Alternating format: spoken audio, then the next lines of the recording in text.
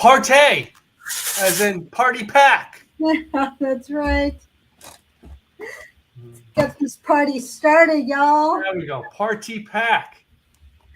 Okay, so we've been doing our show for now 61 episodes, all right? And one of the first things we talked about we were going to do on a show when we have this show. Moonshine. Moonshine. Finally, we're doing a moonshine episode. Honor Tim and his moonshine. Well, the funniest thing is that we got it into all this because moonshine talk, whiskey talk, and then we haven't done moonshine. So that was the funniest thing. But there's a reason we picked moonshine tonight because number one, well, first of all, we have these sampler pack that you found in the store, which I've seen these, right? Right. But you found this one, and this one here is Midnight Moon, moonshines. But today is nationally craft distilled today. What? Yes. So we got to try something different. It's fun stuff. I got to get some pictures in there. So yeah, that's why we decided that we were going to use this party pack because it's been sitting there for a little bit. So we need to, Well, no. So anyway, it is 4 different moonshines in here, and I'm going to pull them out and talk about them, and you're going to bring them up because moonshine is something, guys. I've been drinking moonshine my whole life, I think, right? For years. I mean, I remember going to Tennessee to get it, but I've been drinking alcohol type stuff for years that was moonshine based. So this one here, I'm going to pull out. This pack has 4. The first one I'm going to pull out because everyone thinks moonshine. This is the one flavor everybody thinks of, and that is apple pie. Apple pie moonshine. Almost everybody I know does an apple pie moonshine. All right, both your backwoods as well as your modern day, craft distilleries are using. They all have an apple pie version of it somewhere. Right. The second most made moonshine is watermelon. Really? It is, yeah. It is one of those ones. Most people infuse moonshine with watermelon. Now, I've done this. I've done infusion before where basically you take your white lightning and you put some fruit into it and you let it sit there for about 24 hours, right? Okay. Watermelon. I did watermelon, and that was one of the best ones I did, or with the infusions, because the watermelon is just something that goes very naturally with it. So the third one I'm going to pull out that, it's kind of like, a unique one. I didn't know it was in there, but it's a lemonade lightning. So it's like right. White lightning, but it has lemonade to it, right? Which I've got lemon water. And then the 100% corn. This is the stuff that Tim drinks, the straight stuff. No flavor, right? And it comes in this unique party pack. So we'll get a chance to taste all 4 today. Yes. And then we're going to do something else. Since we're talking about the South, right, which moonshine is mainly a South whiskey, right? Mm-hmm. Mainly moonshine was known for backwoods. It was known because it was made in the backwoods. And real moonshine technically was about not paying the tax on alcohol. That was what the whole concept was. However, the recipes that were made in the backwoods are now a very popular thing in craft distilleries, and they have an over-the-counter where they pay the tax onto it. And I have several of them back here. So. Okay, nice. Well, yeah, because part of what I was reading is that there's the liquor is worth more to the government than beer and wine.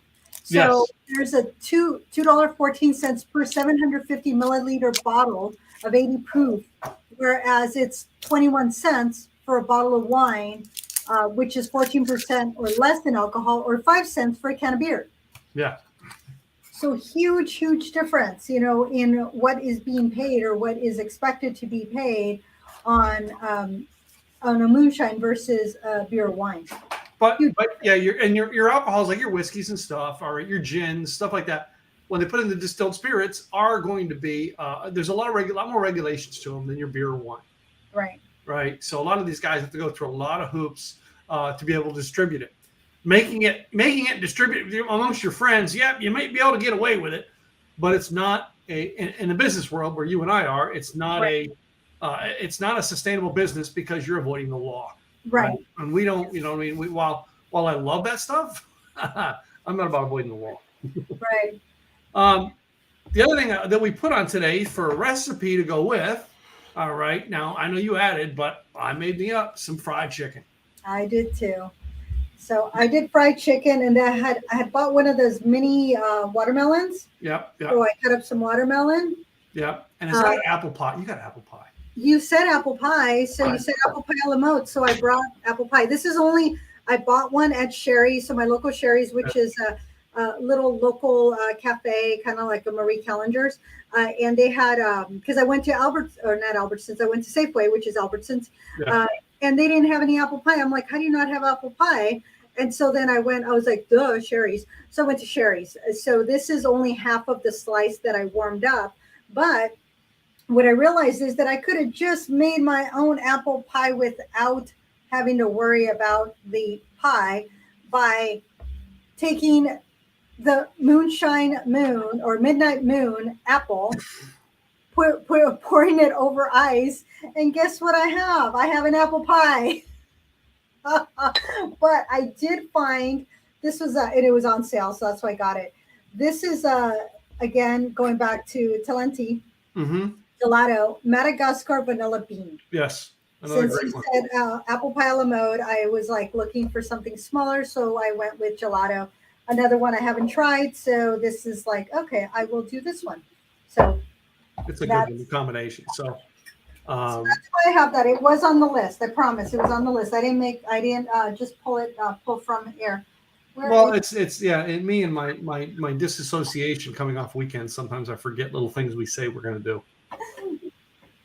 So. I thought I sent you the picture of all our notes I emailed. I always have to refer back to the notes, y'all, because if I don't refer back to my notes, I'm going to forget. One day I actually texted Tim on a Sunday and I said, what are we doing tomorrow? Well, no, I've done the same to you over the year and a half. We've done this where I've texted you going, what was tomorrow's thing show about again? Yeah. No, so that's how we work with each other. But so there was a lot of some of the first 4 states that legalized moonshine were Alaska, Arizona, Massachusetts, and Missouri, and North Dakota, only for personal use. So there's a lot of history when it comes to sunshine. Oh my goodness. Moonshine. Moonshine, sunshine. Yep. Sunshine to me. But it was quite interesting. The whole purpose of figuring out a little bit more about moonshine. Because I saw the backwoods. I was like going, okay, what's, why is it, and I never really thought about it because growing up in California, it wasn't a big thing. You didn't really see it. And maybe it was there, but I was in the city. So, I'm not paying attention to that kind of stuff. And then having that, and then I knew about it, but I didn't pay attention. And then having a conversation with Tim, and then that's when our love affair for liquor started. And it was started around 2 things: whiskey and moonshine. That was the first two things we talked about. All right, were whiskey and moonshine, because the two of us, you were a part of your women and whiskey up there. You know what I mean? And when I said, man, I have all this stuff. I love the moonshine. I put moonshine. Used to put moonshine in my barbecue sauce. Yeah, things like that. So yeah. So it seems that around 2010. That's when it started to become a little bit more well known, and it was partly it grew into a pop culture about then. Yeah, and it was because those Appalachian states, your Tennessee, your Kentucky, Alabama, Georgia, South Carolina, they're like, you know what, we need to legalize this in order to profit from it. Yeah. Because there was something going on with the economy at 2010. Well, it started about 2008. And at 2010, it's like, we got to do something. So that's when it started to really become more mainstream around 2010. So it's just there's a lot of legal red tape that they have to go through. Well, it also became a TV show where it started becoming popular around then. And once something becomes to a TV show, all right, it's going to meet the populace. There's going to be a population that grabs onto it. Yep. Right. Moonshine has been around though for hundreds of years. If you don't know, the NASCAR business started from moonshine. Moonshine runners testing their cars. All right, that's literally where NASCAR came from. All right, and we all know that's in the roots. All right, popular shows that you don't know that actually had moonshine was part of the theme was Dukes of Hazzard.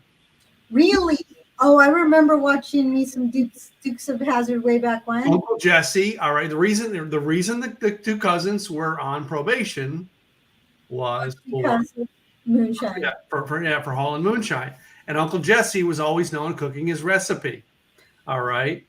Another TV show that talked about moonshine and had moonshine into it, but you won't remember because it was two sisters in the show that always everybody said avoid getting their drink, and that was the Waltons. Okay, I never watched that one. See, I was really young with the Dukes of Hazzard, but the Waltons. I forget you're far younger than me. Not that far younger. Yeah. But I watched whatever my brother, who's 10 years older, watched. So Dukes of Hazzard was one of them. Yeah. Okay. But yeah, I remember the first time of it being mentioned on Walton's Mountain because of the fact that there were these two Swiss sisters, and you don't drink their recipe because that's what they were known for doing. Yeah. All right. And it wasn't a heavy theme, but it was something that was mentioned. And if you remember moonshine growing up, you would remember these hints, right? Okay. Yeah, but I know that was the foundation of NASCAR. Okay. And it's funny that we're drinking Midnight Moon, Yeah. all right, which I'm going to go through your article that you put up here today, which was inspired by the Junior Johnson family.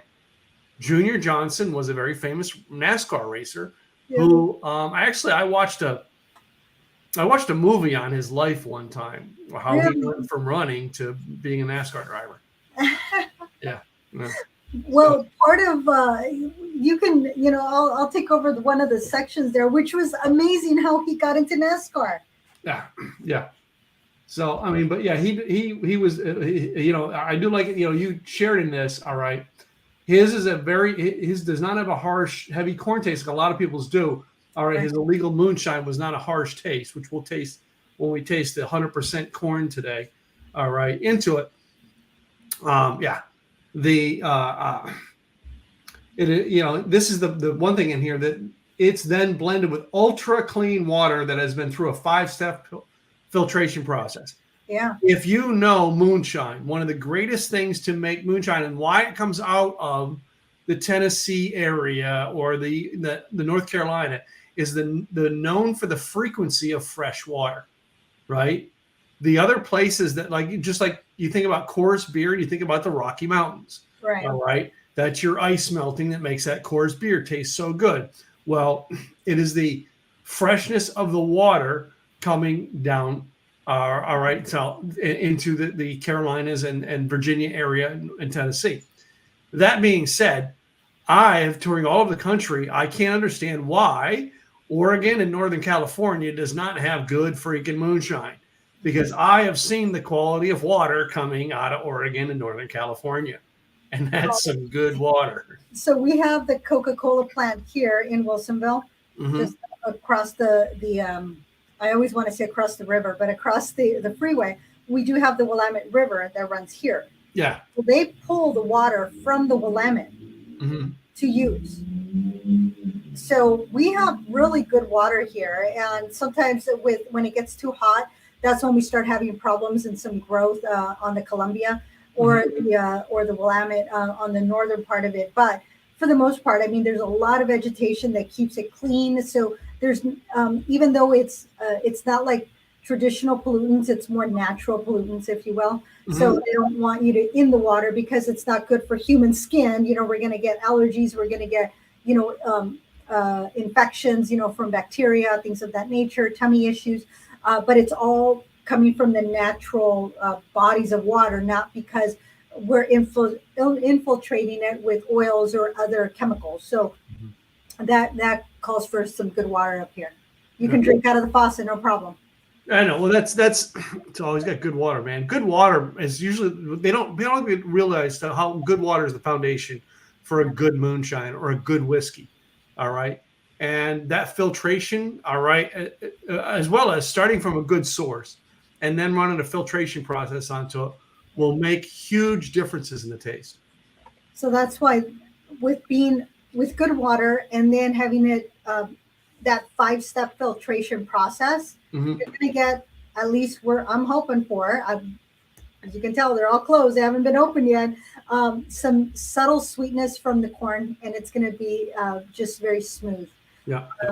And it was this one is originally from North Carolina, or Midnight Moon comes from North Carolina, and it's the first legal distillery since Prohibition, and it is it was all because of Junior Johnson. Mhm. That's where it started. He was called upon, and said, "Hey, try this stuff," and he smiled and gave it 2 thumbs up. Absolutely. But it goes beyond that. That's where it is now. So that's where this particular moonshine started, was because Junior Johnson gave its thumbs up. But this goes back to the history of Junior Johnson when he was a kid and his family. Mhm.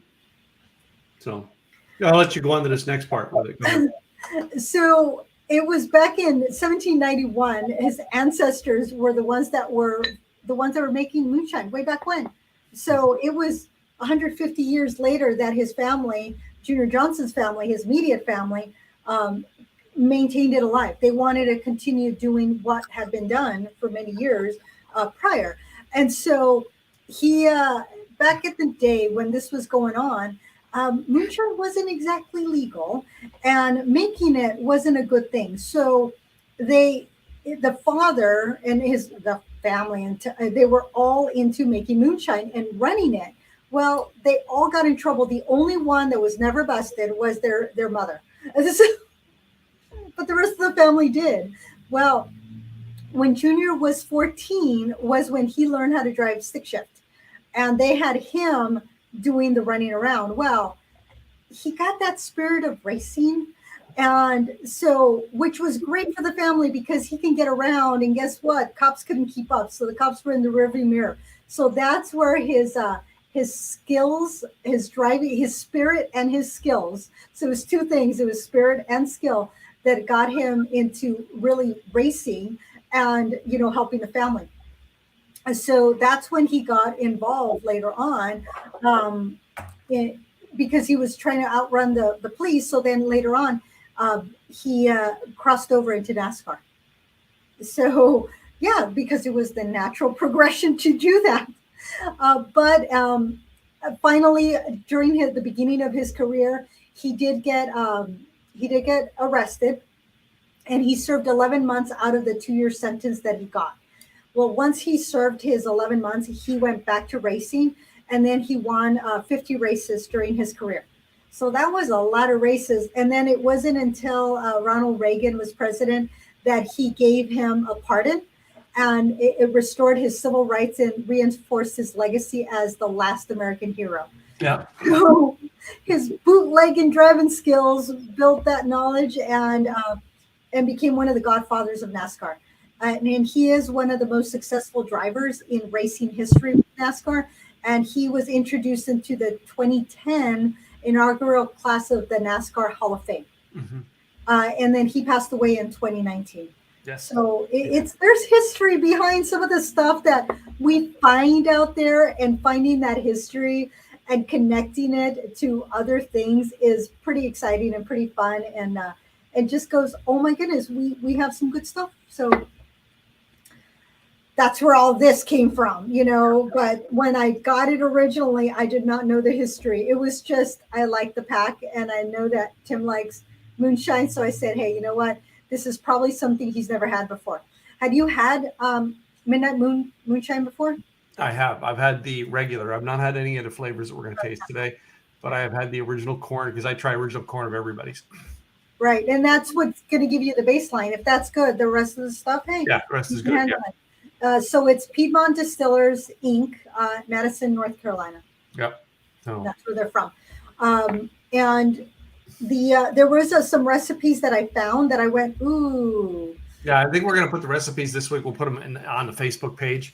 All right. And let you guys see what they are. But and we'll actually give you a link to where you can find to the website for Midnight Moon and stuff too. So the first one I opened up was the apple pie, because that's when everybody's going to go after. But which one did you open up? I opened up the original. The original? I want to start with the original because I don't really drink moonshine. That's not a go-to. So, and we will be doing some more moonshine in June.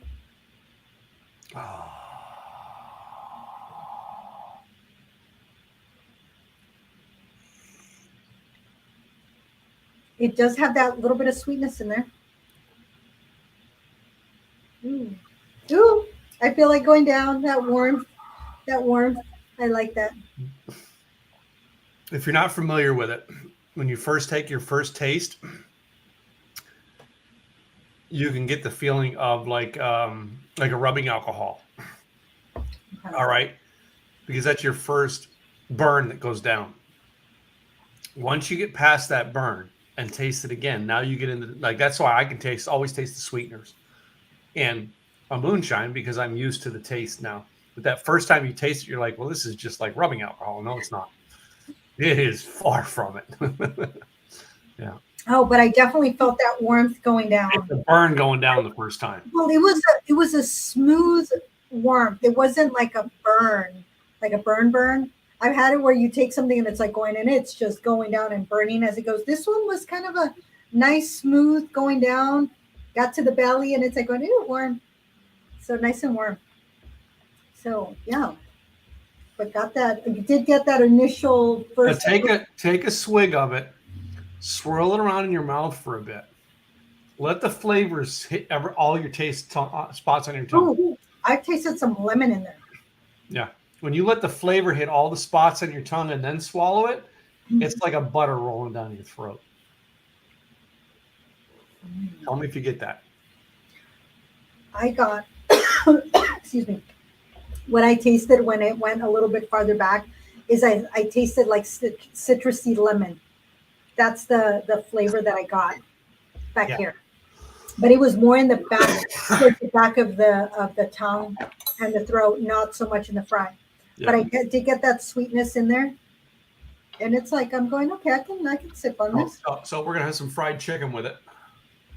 That's right. Get some chicken over here. Made fried chicken. It is boneless. For a couple reasons. One, boneless is easier to. It's easier to cut up. And of course, I'm eating mine with my fingers, but I do have a fork here. It is easier to pick your stuff apart with a fork as opposed to having to pick up a drumstick and carry it.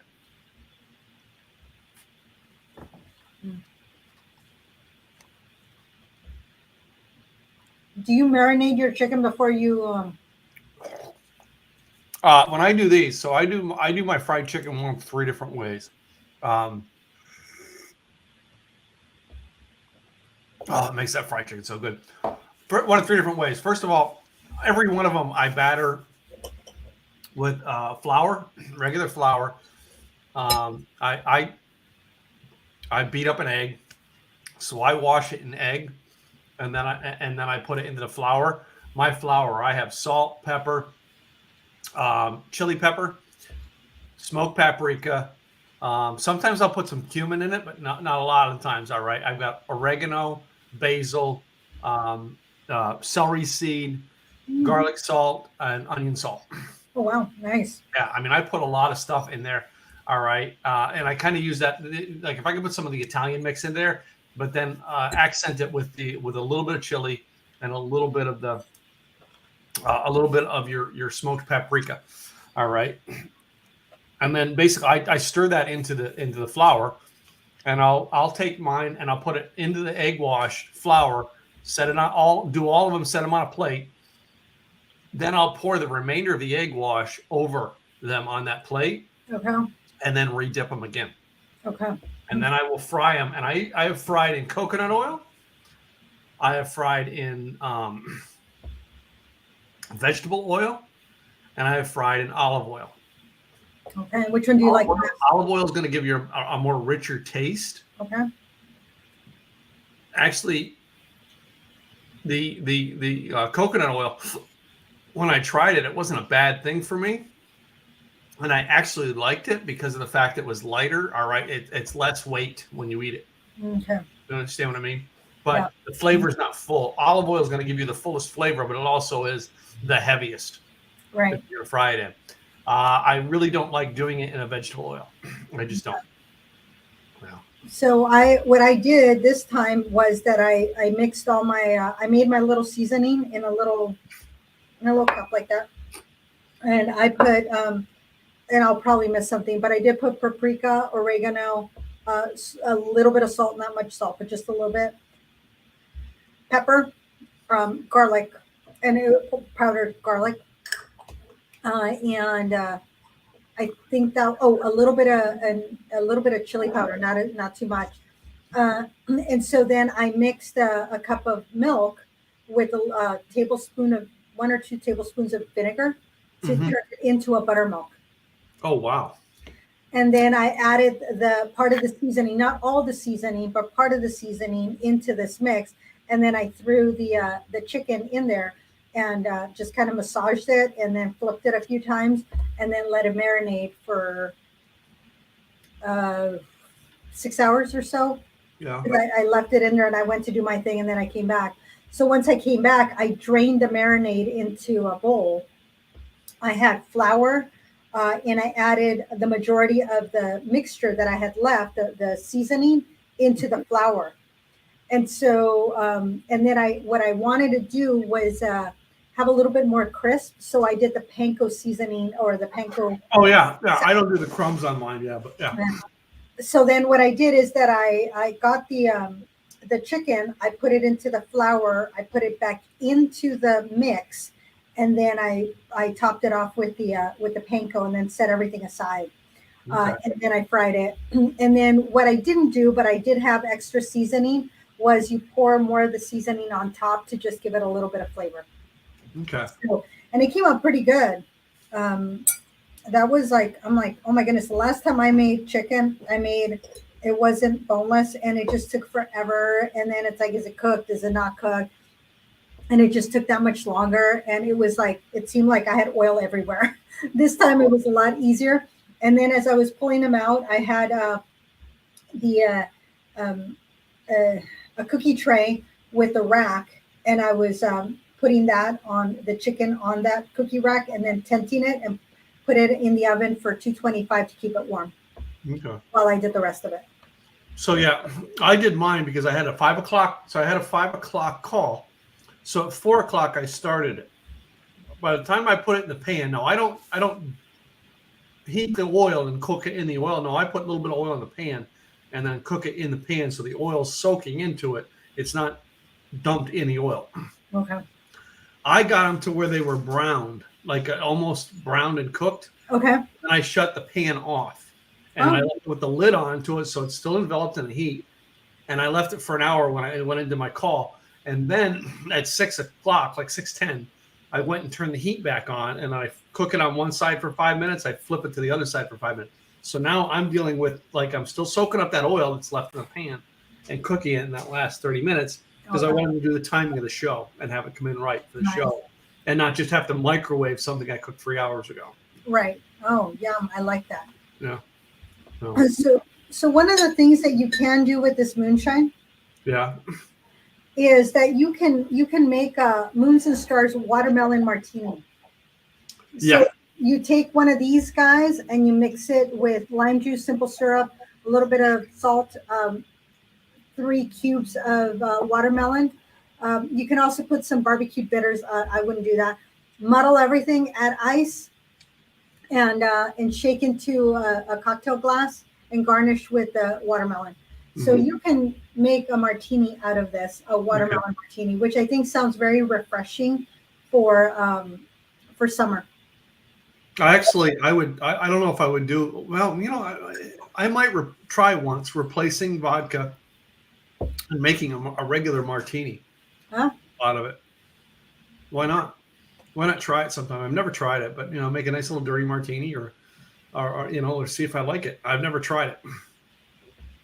So I definitely want to leave the apple for last because I know that one's going to be sweeter. Yes.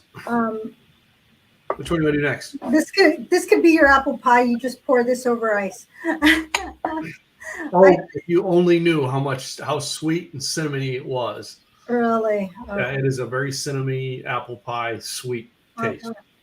Good to know. Which one do you want to do next?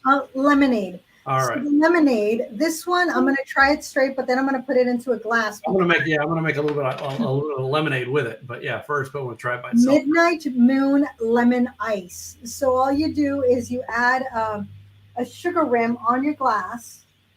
You put some, and it needs to be chilled, or you can put ice if you want. but you put a sugar rim, and then you put your Midnight Moon lightning lemonade. But I want to try it by itself before I do any of that craziness.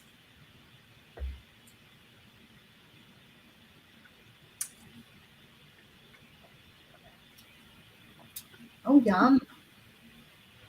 That is a really sweet lemonade. Yeah, I like this. And I'm not into sweet drinks, but it tastes very much like a lemonade, and I do like my lemonade a little bit on the sweeter side. You do need to shake the lemonade up before you drink it, though, so you guys know, because the lemonade, all right, number one, I shook mine up beforehand, but the lemonade mix can taste different and not evened out if you don't shake it up first. So that's one of the ones with the lemonade it tells you to do. Shake first. Shake well. As a matter of fact, this one and the watermelon are the two that are shake well, right? I think. I didn't taste my watermelon with my traditional moonshine, but I am tasting it with the lemonade. I would mix watermelon with the lemonade moonshine. Hey, we might do that.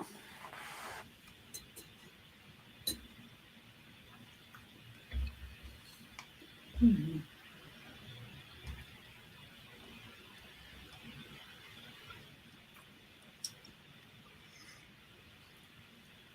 I like that. So with this one, where's my lunch? I've got to pour a little bit over ice. So I'm gonna pull my lemon slice out. I have my lemon slice over here, but I'm gonna add sugar, not salt, to it. I'm not going to add anything to it. I'm just going to add the lemon slice.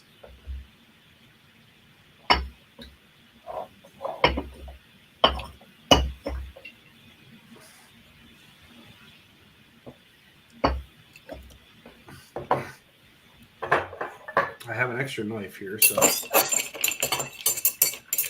I'm gonna add a little bit of ice to it since my and you know me, I like my big ice cubes. I didn't grab my big ice cubes. So I just did a little bit, not a lot. So basically,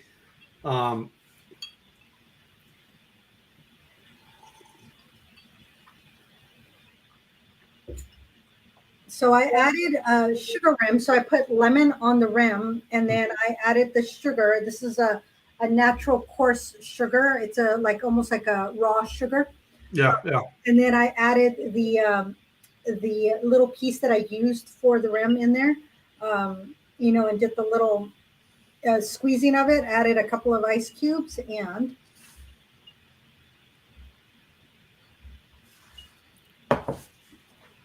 That's a really good lemonade. That's a sitting on the front porch sipping lemonade. Yeah, I like that. I added the sugar just because that's the lightning sugar or the lightning moon lemon ice. Mm-hmm. This is the ice piece of it in there is, but I like this. This is very yummy. This is very sipping. This is very. I almost make me wonder if I added this to some like tea, some to some iced tea. Iced tea. Oh, your next level Arnold Palmer. Yeah. Mm.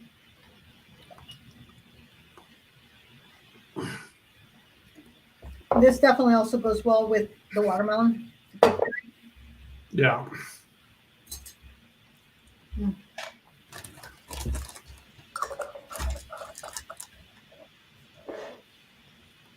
This was a good combination. A very good choice. And I still didn't pour all of it in there. I still have more in here. I don't think I did half, to tell you the truth. Mm. I will say this. This is going to have your little bit heavier, a heavier proof to it than your typical drinks. So if you drink this heavily, all right, yeah, careful if you're drinking. Yeah. If you're driving. So the Midnight Moon Lightning Lemonade, it's 35% alcohol by volume, grain neutral spirits with natural flavors. The Midnight Moon, the natural one, is 50% alcohol by volume. It's 100 proof, yeah. And 100 proof, yes. Yeah. So then the watermelon one, which is this one, this is 35% alcohol by volume. Mm-hmm. And it says with natural flavors and colored with vegetable juice. Yeah. And then your apple, that one's 35 again percent. Your flavors are going to be a less alcohol by volume, right? Because you're getting more of the sugars and sweeteners into it.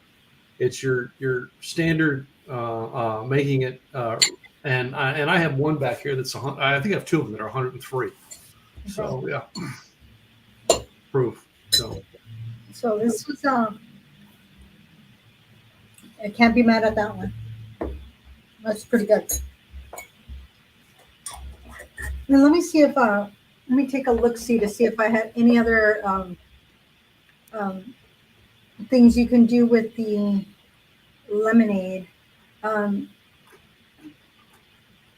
Well, you can mix. I guess if you can mix the watermelon moonshine with lemonade, you can mix the lemonade moonshine with watermelon. yep. You can also do there's so many different things you can do with. I mean, with lemonade, I think you can have a lot of fun with lemonade. Yeah. The other thing you can do, going back to Mary's mixers, is that you can add, instead of vodka, you can add moonshine to your Bloody Mary mix. Yes, you can. So I think I did that on the show when they were on with us. No. yeah, so good stuff. This was a good choice. Thank you very much for. What I haven't tasted is that I'm afraid to taste that apple pie until the very end. All right, I'm tasting the watermelon now. So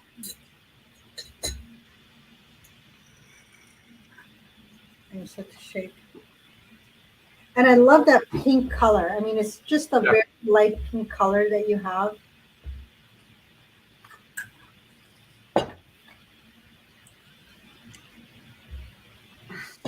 It has a nice smell to it. It doesn't taste like watermelon, but it does. It's almost like you're smelling a Jolly Rancher. That's the feel I got. yes, it is. A lot of people call it the Jolly Rancher one.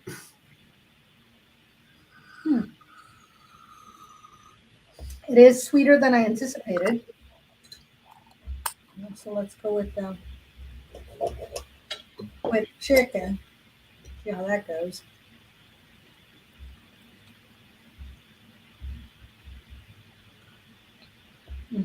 Watermelon and chicken. Mm-hmm.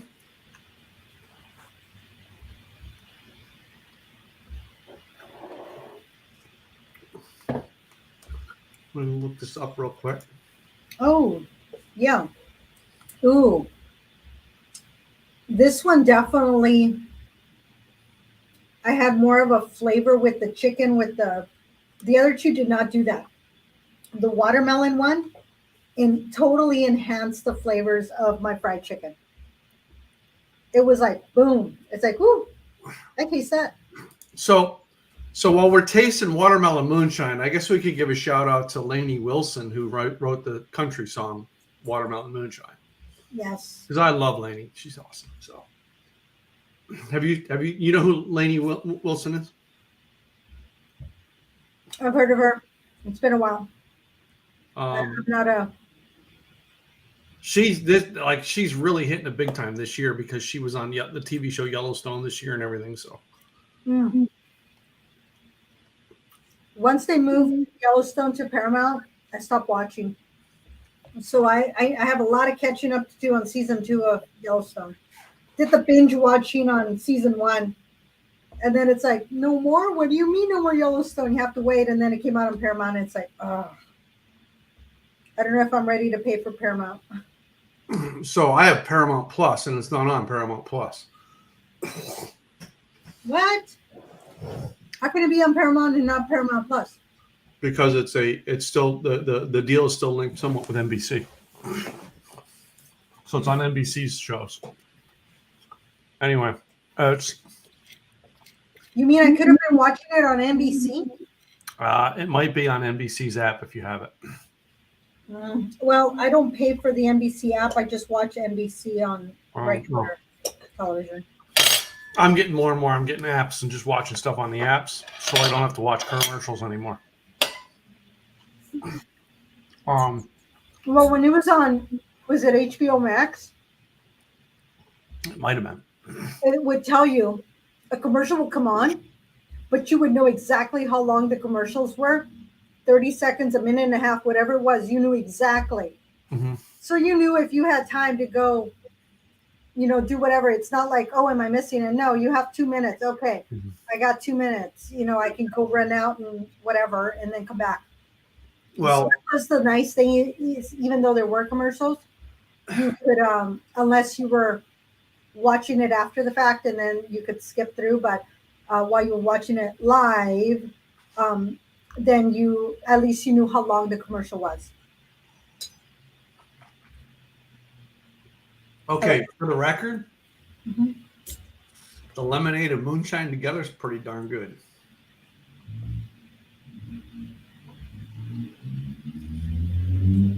So you mix the lemonade with the regular moonshine? Yeah, the lemonade and the watermelon. Oh, lemonade and watermelon. Oh, the watermelon. Yeah, the watermelon lemonade.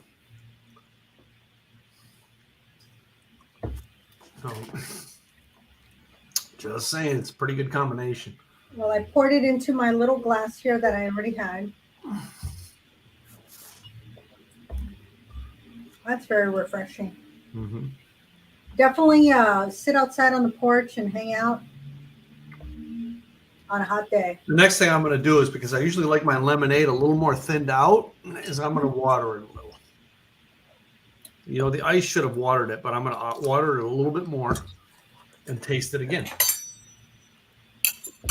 Because I don't know how you like your lemonade. I like my lemonade very mild, not really sugary and heavy.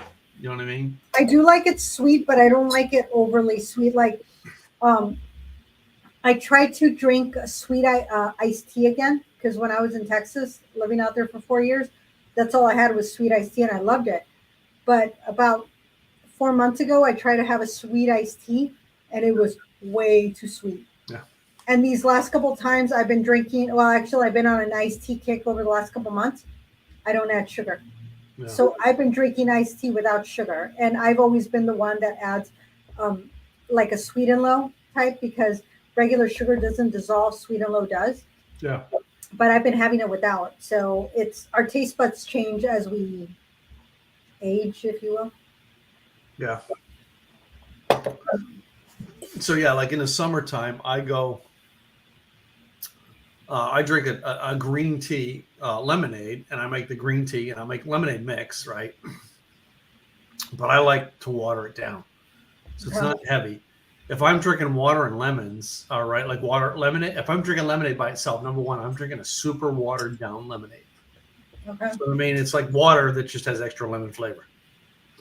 I was going to say, so it's just adding lemon to your water. Yes, with a little sweetener to it. So, which takes me back to the John Travolta movie where he was Michael. Oh, mm-hmm. You remember that one?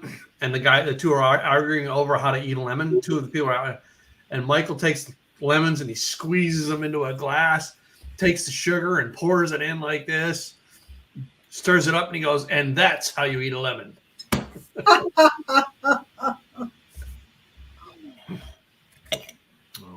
That's still one of my favorite John Travolta movies. So. I remember John Travolta and way back when, in the late 70s, I guess it is, Saturday Night Fever. Uh-huh. And Staying Alive. So I always had a good, I always thought that was awesome. Oh, Grease. Oh yeah. That was just the best. I have been eating this chicken. Oh my goodness. I've actually been doing really good with my calorie count. Been doing very well. It all gets ruined when fried chicken comes out. Yeah. But I had 3 little breakfast cookies that were brought to me that have 190 calories. I had a smaller piece than this of fried chicken for lunch. Mm-hmm. 2 o'clock in the afternoon because I was starving. And then this, so I think I'm okay. I don't know. Thus far, I still think I like the watermelon. I still think I like the lemonade better. Mm-hmm. The lemonade had a slight sweetness, but not overly sweet. Yeah.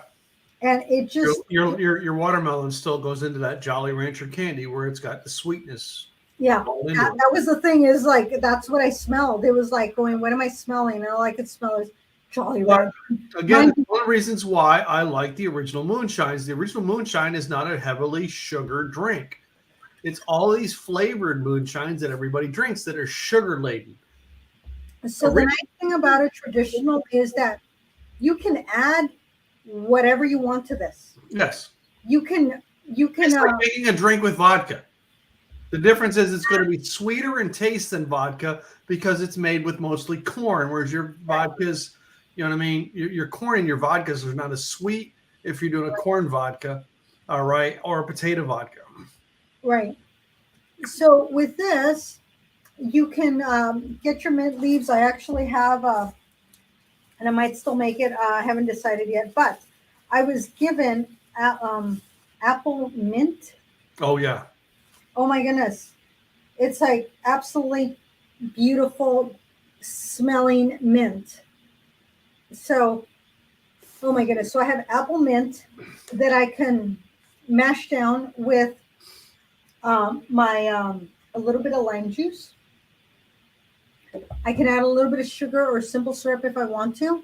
Mm-hmm. I would probably go with a little bit of sugar because if I do the little bit of sugar, I can control it a little bit more. And because it's that granulated raw, it's not going to be it's not going to have as much sugar content as the simple syrup that's just like concentrated. Yeah. Mash that up.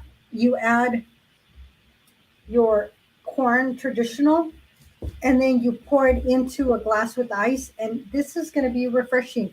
And last week when I said, "Oh, I need some, does anybody have any mint?" and 2 friends said, "I got mint," and they brought me mint. Mm-hmm. And the apple mint I had never thought of, and it is like beautiful. Yeah, I would take that mint, the watermelon moonshine, ginger beer, some lemon juice, all right, some simple syrup, all right, and I would then with the ginger beer turn it into a mule. Turn it into a mule. Not a Moscow mule, but another mule. It could be like a moonshine mule, but basically I would do it with the moonshine mule mint. I would do it with the mint and the watermelon. Okay. Because the mint and the watermelon are going to be 2 offsetting tastes that would make it, along with the ginger beer, would make it a very interesting mule. Yeah. I would do it with lemon juice, not the real lemon. Oh, lemon juice. Okay. I would do it with the lemon juice. Okay, so I do have lemon juice. This is the lime juice, but I do have lemon juice. Yeah, I would do it with the lemon juice. And then my thought and you might even be able to do it with lime juice too, but still, yeah. Yeah, this mint is just beautiful. So thank you. So Lou, she is one of my networking peeps. She helps students that have learning differences. Mm-hmm. So if you have a child that is having struggles with learning, and it doesn't mean some kids just have a hard time learning because their way of learning is not the way that they're being taught in school.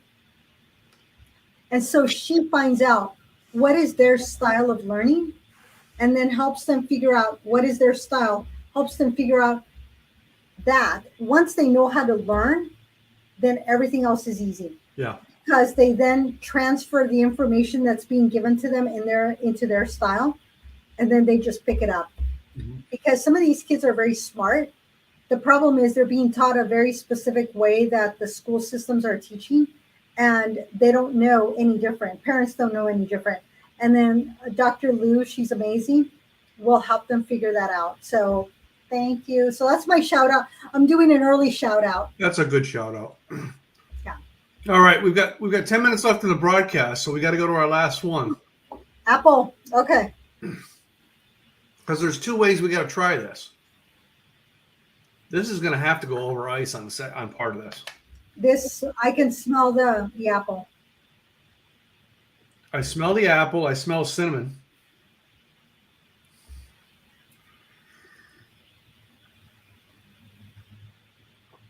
I taste cinnamon sugar. I was going to say I taste the cinnamon and I taste the sweetness is what I was going to say. So it's not just cinnamon, it's the cinnamon sugar I taste. Mm-hmm. Is it apple juice into it, or is it 70% proof? I don't see the sugar content on this. So one thing for those that are diabetic or are conscientious about their sugar intake, I'm going to see if I can find the sugar content on these. Because something like the natural is going to have very little sugar. The lemonade will probably have little sugar, but this one, you're looking at more sugar, or fructose and sucrose. It is sweeter. So this is one that I will have to put separately. I'm going to actually try it. I'm going to put some ice on it, stir it some. That's what I'm going to do right now. Because if you just have it, this is an apple pie on the rocks. When you do ice, I'm not stirring. I'm not in the glass. Stir it. Look at that. Apple pie on the rocks without having to use a fork. Oh, I like that a little bit better. Now I have my apple pie. Yep. And I do have my Talenti Madagascar vanilla bean gelato.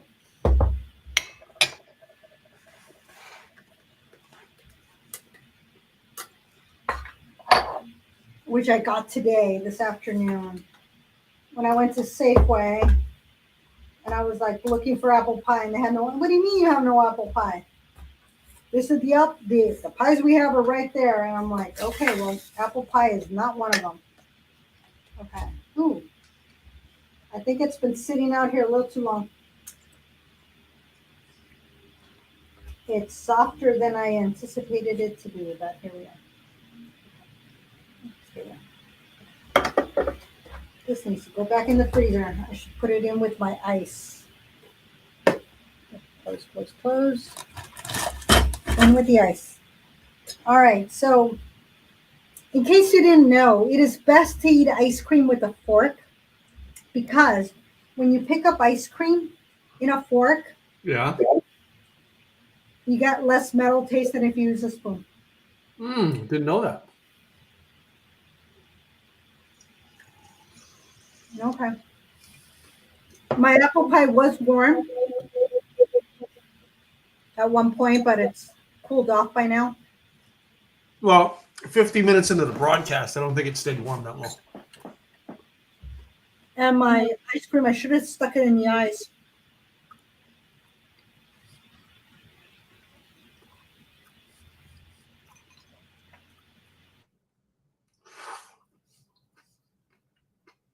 Well,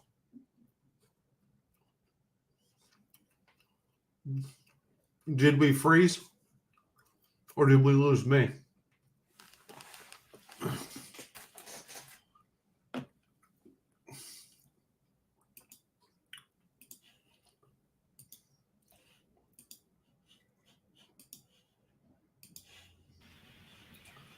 I'm still alive. You there? Uh-huh. You're back. Okay, we lost you for a minute, or I lost you and you lost me. I love both of us. So Sherry's always, I went to Sherry's and I say, slice of pie, please. And they said, deep dish or there was another one. I said, what's the difference? What's the deep dish? They're like, oh, that's just the crust on top. The other one has a crumble. And I said, I'll get the deep dish, which is this one. Yeah.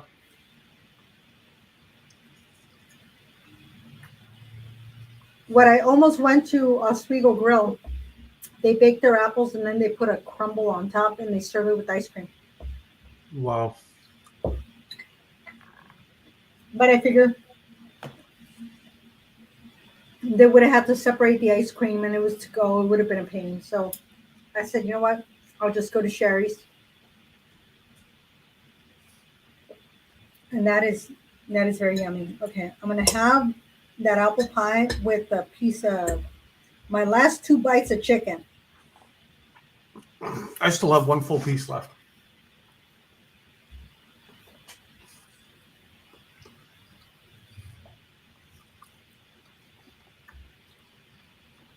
Ooh, that goes well. I still think I like the lemonade, the way the lemonade and I still think the lemonade went the best with all this stuff. So the watermelon just made the chicken just boom. yeah. Now, mm, So now you're into my world of moonshine. Tell me your thoughts as we end our show today.